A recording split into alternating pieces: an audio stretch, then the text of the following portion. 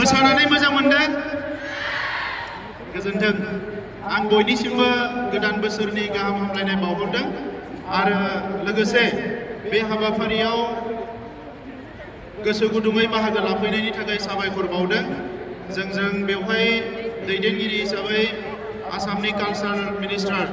बिमल बरा बिथां दङ आरो गासैबो कालचार बिफाननि अफिसारफोर दङ बर' हारिमु आफाद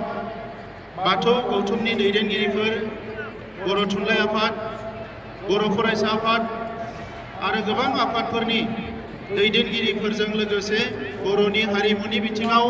गोलाव सम खामानि मावबोनाय जोंहा बारलाम्फादा चक्रधर नार्जारी आरो गोबां दैदेनगिरिफोर बेवहाय दङ गोबाव समनि मोनसे सिमांमोन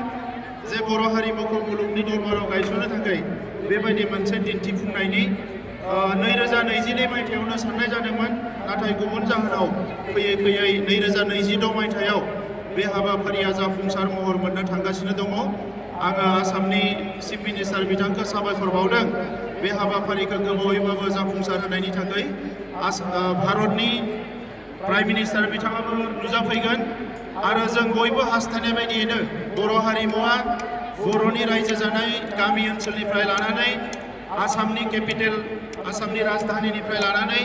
बे हाबाफारिनि गेजेरजों सारा मुलुगावनो मिथिजानाय मोनसे हारिमु महर मोनसिगोन जोङो आगुआव साफा सानै गुबुन गुबुन हादोरनि जायफ्रा रिसार्च खालामो हारिमु खामानि मावो